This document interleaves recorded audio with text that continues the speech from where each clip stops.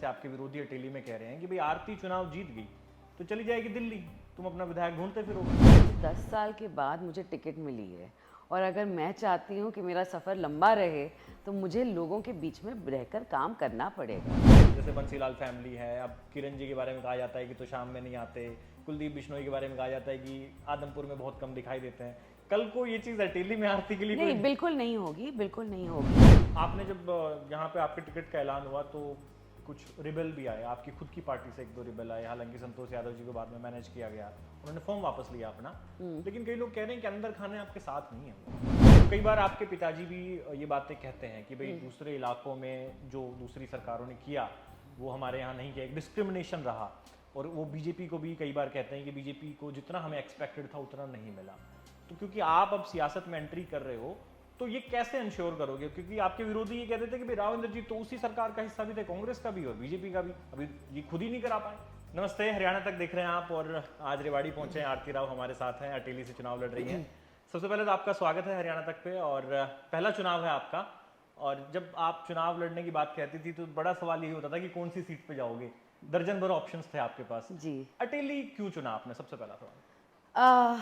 अटेली इसलिए चुना, और मैंने लोगों के बीच जाके भी ये बात बोली है कि सभी पूछ रहे थे कि गुड़गांव और रेवाड़ी ज़िले से क्यों नहीं, महेंद्रगढ़ ज़िले और अटेली पर्टिकुलरली क्यों। तो मैं बोलना चाहूँगी 2009 के परिसीमन के बाद मुझे हमेशा लगा कि जितना ध्यान हमें देना था महेंद्रगढ़ ज़िले को हम दे नहीं पाए, क्योंकि लोकसभा हमारी बदल गई थी। मगर लोगों के दिलों में हम आज तक जो प्यार मेरे परिवार के लिए हमेशा रहा है उसके लिए, और जब भी राव साहब को उनकी ज़रूरत पड़ी वो हमेशा हमारे साथ खड़े रहे, और मुझे इस बात का मैं ऋणी समझती हूँ अपने आप को कि यहाँ के लोग हमेशा हमारे साथ रहे, हमारे दिलों में दूरी नहीं आई, मगर समय का तकाजा ज़रूर था। तो आज के दिन मैं वहाँ जाना चाहती हूँ जहाँ सबसे ज़्यादा विकास की ज़रूरत है, दक्षिण हरियाणा में। लेकिन जब आप जैसे जो बड़ी पॉलिटिकल फैमिली से लोग आते हैं दिल्ली से आके कहीं पे चुनाव लड़ते हैं, मतलब वापस तो मुड़ के सब अपने घर ही आते हैं जो उनका रूट्स जहाँ पे है, लेकिन फिर लोग एक टैग लगाते हैं, बात कहते हैं, जैसे आपके विरोधी अटेली में कह रहे हैं कि भाई आरती चुनाव जीत गई तो चली जाएगी दिल्ली, तुम अपना विधायक ढूंढते फिरोगे। जी, पहले तो मैं रेवाड़ी की हूँ, दिल्ली तो मेरा काम था, मेरा स्कूलिंग था। मैं रेवाड़ी से ही मैंने हमेशा काम और हेड ऑफिस हमारा रेवाड़ी ही रहा है। जहाँ तक बात है कि मैं भाग जाऊँगी तो 10 साल के बाद मुझे टिकट मिली है, और अगर मैं चाहती हूँ कि मेरा सफ़र लंबा रहे तो मुझे लोगों के बीच में रहकर काम करना पड़ेगा। मैं वो अंग्रेज़ी में कहावत है, फ्राई इन द पैन। मैं ये नहीं चाहती कि मैं आऊँ और फिर चली जाऊँ। मैं एक लंबा सफ़र तय करने आई हूँ यहाँ पे लोगों के बीच, और इसलिए मैं सबको यही आश्वासन दे रही हूँ कि मैं कहीं नहीं जा रही और आप सभी के बीच रहूँगी।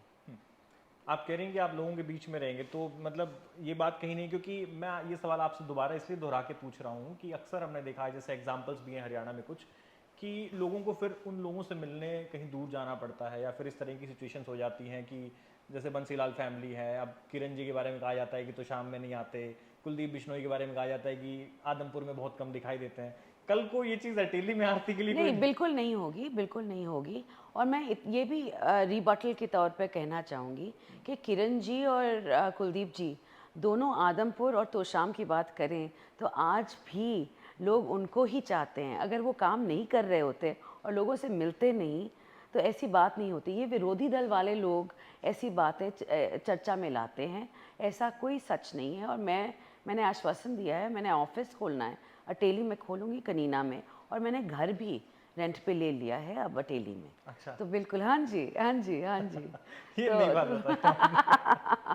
जी जी जी जी, अभी वो प्रोसेस में ही था तो मैंने कुछ कहा नहीं था। मैंने कहा जब जब हो जाएगा और लीज साइन हो जाएगी, तो कल लीज साइन भी हो गई है और ये जल्द सबको पता चल जाएगा। चलिए, बहन जी, आपकी जब ये सीट है अटेली, इसके बारे में बात करते हैं तो इसका पॉलिटिकल हिस्ट्री हम देखते हैं तो यहाँ पे एक यादव कम्युनिटी के लोग, मतलब हमेशा से विधायक यहाँ बनता आया है, जैसे आपकी फैमिली से भी रहे, आपके दादाजी रहे, तो लोग कह रहे हैं कि आरती राव ने कास्ट डायनेमिक्स के हिसाब से भी अपनी एक सेफ सीट चुनी है।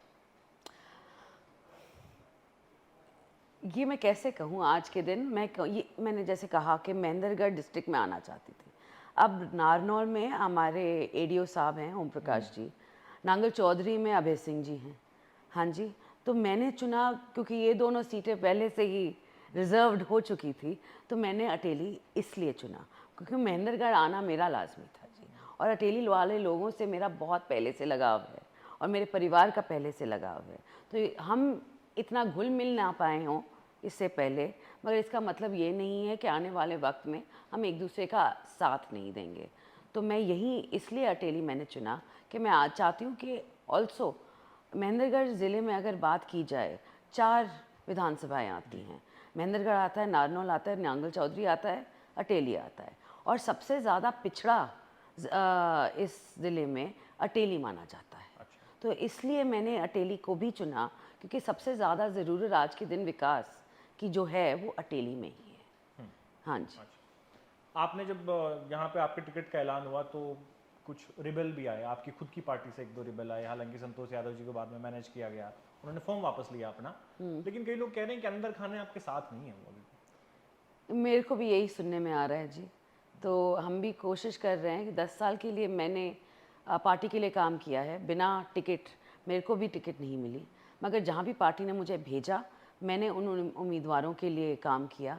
और आप नारनौल देख लीजिए, अटेली देख लीजिए, कोसली देख लीजिए, रेवाड़ी, बावल, पटौदी, मैं सब जगह गई हूँ, सबके लिए वोट मांगे हैं आज के दिन। और कभी ये नहीं सोचा देखो इनको टिकट मिल गई मुझे क्यों नहीं मिली तो मैं इनकी काटती हूँ। नहीं, मैंने बिल्कुल अपनी पूरी ईमानदारी से काम किया है और मैं आशा करती हूँ कि आने वाले वक्त में ये भी सही राह चुनेंगे। तो आप कह रहे हैं कि मतलब इस रिबेलियन का कोई बहुत ज़्यादा फर्क नहीं पड़ेगा अगर मान लो लोग नहीं कन्विंस होते हैं, आपके खुद के लोग हैं, आपकी पार्टी जी, मुझे मालूम नहीं कि उनकी बातों में कितने लोग आते हैं। मेरी पूरी कोशिश है कि मैं लोगों की उम्मीदों पे खड़ी उतरूं और मैं ऐसी उम्मीदवार बनूं जिन पे लोगों पर विश्वास हो। तो ये मेरा क्राइटेरिया है आज के दिन। अच्छा, आपके सामने 2 कैंडिडेट्स हैं जो मेजर पार्टीज़ की अगर बात करें तो कांग्रेस से अनीता जी हैं, पहले विधायक रही हैं, और ठाकुर अतरलाल का एक नाम आ रहा है वहाँ पर।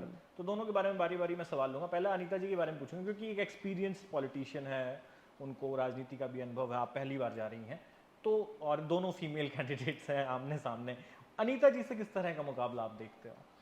जी, क्वाइट फ्रैंकली अनीता जी भी पहले अटेली से नहीं कहीं और से लड़ती थी। तो जब बाहरी का टैग आया तो उनके पास भी उनके ऊपर भी होना चाहिए। मैं अकेली तो हूँ नहीं। साथ साथ मैं ये भी कहूँगी ज़रूर कि अनीता जी को बनाया था 2009 में, मगर ज़्यादा मुझे नहीं लगता लोगों के उम्मीदों पे खड़ी उतरी। और उसके बाद 2014 में और फिर शायद उन्होंने पार्टी चेंज कर ली, अपने बेटे को लड़ा लिया 2019 में, और लोगों को उनसे कुछ ज़्यादा उम्मीद है नहीं आज के दिन। उतना ही बोलूँगी मैं। और बोलूँ ठाकुर रतनलाल के बारे में क्योंकि कह रहे हैं कि वो एक एक्स फैक्टर है अटेली की सीट पे। जी, देखिए आप सभी जानते हैं कि जातिवाद होता है, जाति समीकरण होता है पॉलिटिक्स में।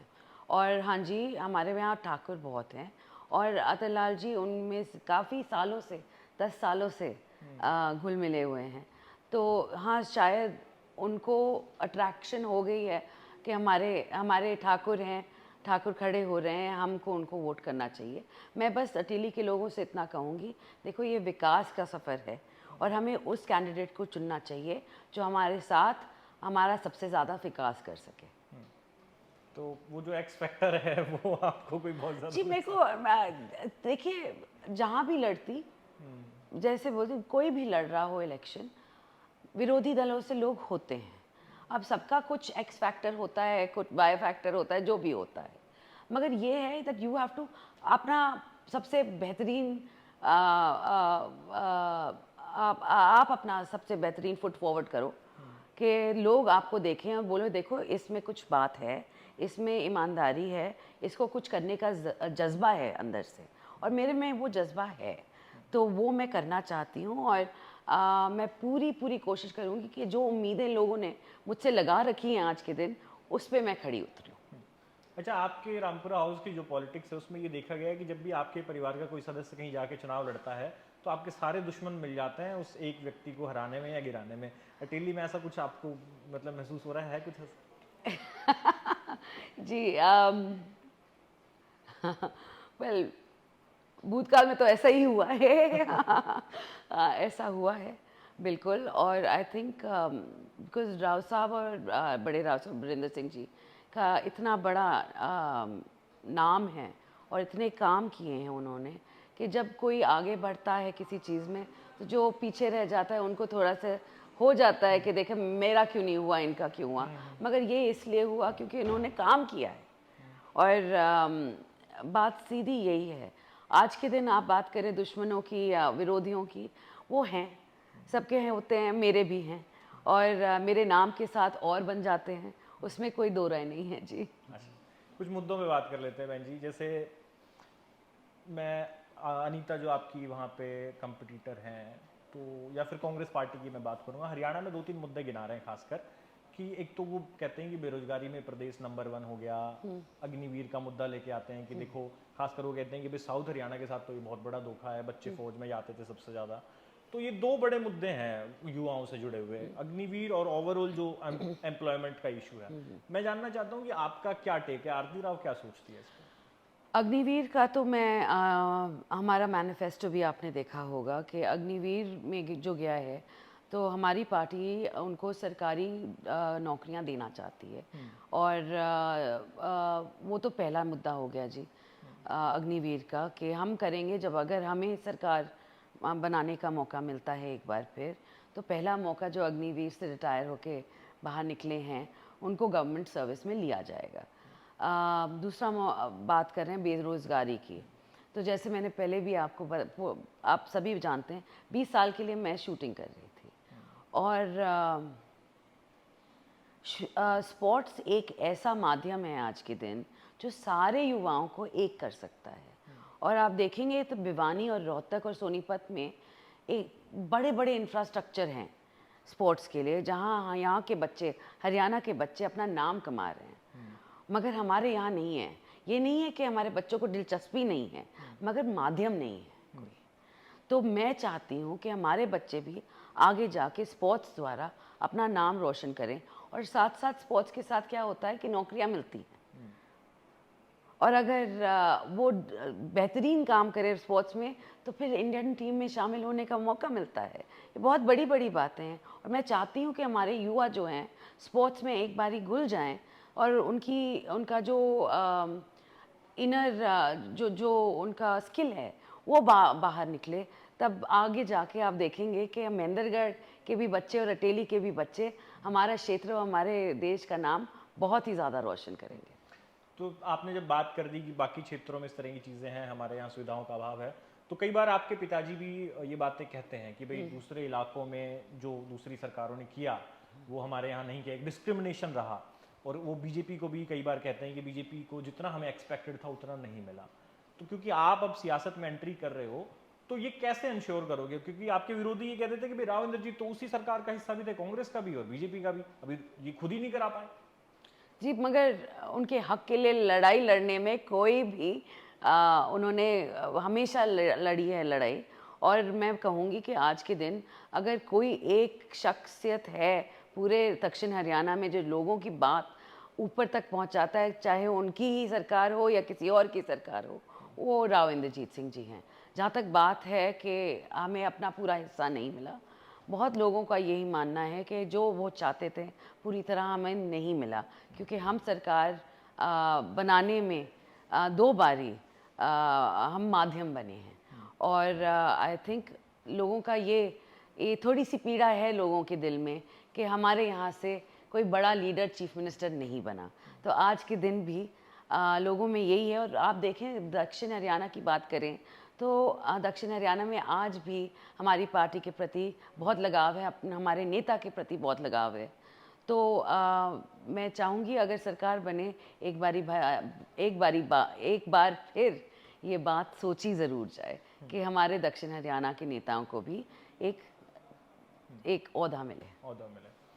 अच्छा, जब आप बात करते हैं स्पोर्ट्स फैसिलिटीज़ की और स्टेडियम्स की, तो मैं ये सिर्फ आपसे लास्ट 2 सवाल लूँगा क्योंकि आपको जाना है। पहला सवाल ये है कि आप जब वहाँ बच्चों से मिल रही हैं, अटेली में घूम रही हैं, तो बच्चे क्या डिमांड कर रहे हैं? क्या वो एजुकेशन पे कुछ डिमांड है उनकी, स्पोर्ट्स पे है या एम्प्लॉयमेंट पे, या सारी है? इंटरेस्टिंग चीज़ यही है कि सारे जो यंग बच्चे मेरे को मिल रहे हैं, नौजवान युवा मिल रहे हैं मुझे, सभी बोल रहे हैं कि बहन जी हमें इंफ्रास्ट्रक्चर ला दो, स्टेडियम ला दो, या ना भाग दौड़ के लिए कुछ है, आमी जाने के लिए भी आपको कसरत करनी पड़ती है, उसके लिए भी कोई इंफ्रास्ट्रक्चर नहीं है आज के दिन। और बच्चियों का सबसे बड़ा वो है कि तकनीकी कॉलेजेस इतने नहीं हैं अटेली में, और माँ बाप कतराते हैं अपनी बच्चियों को बाहर भेजने में। तो मैं चाहती हूँ जितने बेहतरीन तकनीकी कॉलेजेस अटेली में खुद आ सके, ताकि हमारी बच्चियाँ खुद सक्षम बने, और साथ साथ हमारे युवाओं के लिए एक अच्छा स्पोर्ट्स इंफ्रास्ट्रक्चर, दोनों लड़की और लड़का, क्योंकि मैं खुद लड़की होते हुए 20 साल के लिए इंडिया को रिप्रेजेंट किया है। तो मैं चाहती हूँ कि हमारे जो बेहतरीन स्पोर्ट्स पर्सन बन सकते हैं हमारे एरिया से, उनको भी एक चांस ज़रूर मिले। अच्छा, बीजेपी का संगठन आपकी मदद कर रहा है ग्राउंड पे? बिल्कुल जी, 100%, पूरी तरह साथ? 100%। अच्छा, एक कई लोग ना एक बात और कह रहे हैं, जैसे कहीं पे मैं देख रहा हूँ कि बहुत से कंटेस्टेंट नहीं कहते मैं मंत्री बनूंगा, जीत गया तो, या डिप्टी सीएम बनूंगा, ऐसा बनूंगा। आप भी कोई इस तरह की जी बात मुझे पहले जिता दे, फिर बाद में देख लेंगे, वो तो सरकार और किस्मत की बात है। मगर बात ये है कि सबकी मंशा होती है एक बड़ा ओहदा पाने की। मेरी मंशा आज के दिन बस ये है कि मैं लोगों की जितनी मदद कर सकूं मैं करूं, और इसलिए मैं यहाँ पे आई हूँ। मैं कोई बड़ा ओहदा पाने के लिए, मैंने देख लिया अपने परिवार में कि इतनी रिस्पॉन्सिबिलिटीज़ आ जाती हैं बड़ा ओहदा पाके। तो मैंने कहा मैं तो अभी शुरुआत में हूँ, पहले मैं लोगों से मिलूँ, उनको जानूँ, उनको पहचानूँ, और उनकी मदद कर सकूँ। सबसे पहला मेरा यही है काम करने का। जी चलिए, आपने समय दिया, आपका बहुत बहुत धन्यवाद बहन जी। और पहला इलेक्शन आप अपना लड़ रहे हैं, तो आपको बहुत बहुत शुभकामनाएं। धन्यवाद जी। और जो बातें आपने कही हैं, उम्मीद करते हैं कि आप अगर बने विधायक तो उन पे कायम रहेंगे। Thank you so much.